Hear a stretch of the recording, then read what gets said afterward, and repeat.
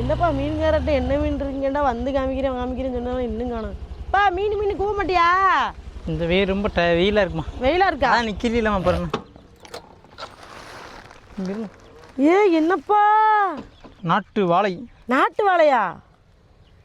மீன் கொண்டு வந்து சொல்லி கருவாடை கொண்டு வந்தீங்களா? ஆமாம், அவ்வளோதான். மீனே எடுத்து கருவாடை போட்டு கொண்டு வந்தாச்சு போல இருக்கு.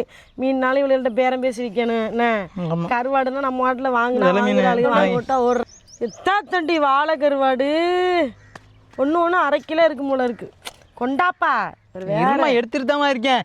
அவன் பேர் ரோதனையா போச்சு. அவன் மீனுக்கு வெள்ளை மீன் கிடைக்காம தெரியுதா, கருவாடு போட்டுக்கிட்டு தெரியல. என்ன நல்லா பற்ற கருவாடா? பற்ற கருவாடு தான்.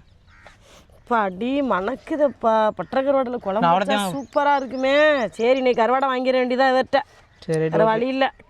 மீன்னாலும் ஒரே நாளில் பொரிச்சு தின்றுவான். கருவாடு வாங்கினாவது 2-3 நாளைக்கு குழம்பு வச்சு சாப்பிட்றலாம். உங்கள் கருவாடு உங்களுக்கு வேணும்னா கொடுக்குற நம்பருக்கு வாட்ஸ்அப் பண்ணிக்கிறீங்க.